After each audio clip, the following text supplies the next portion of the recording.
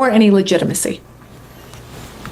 I'm just looking at the markets today, which have taken an absolute walloping. Wall Street hits a 6-month low with the Dow falling into proper correction territory. Crude prices now exceeding $100 a barrel again. It comes off the back of rumours or reports that the US could be sending 10,000 troops Iran's way. But significantly, Marco Rubio has said, for now, we don't need troops on the ground.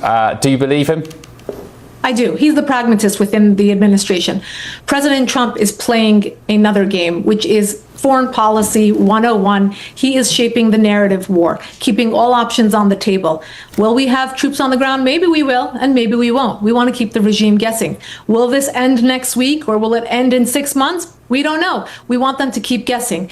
The unfortunate part is, of course, that's going to affect the markets. The unfortunate part is the Western media in the United States here. I know back in Britain, where you guys, or a lot of your audience is, they're the biggest enemy of all. They're not even giving a chance to any of this to play out in the way that it is meant to in terms of foreign policy. So we have rumors circulating about troops on the ground, a ground invasion, for this becoming a forever war, for this becoming in Iraq or in Afghanistan. None of that is true. What we do know, and I do actually recommend people listen to Marco Rubio, because again, he is a sound man and a student of foreign policy.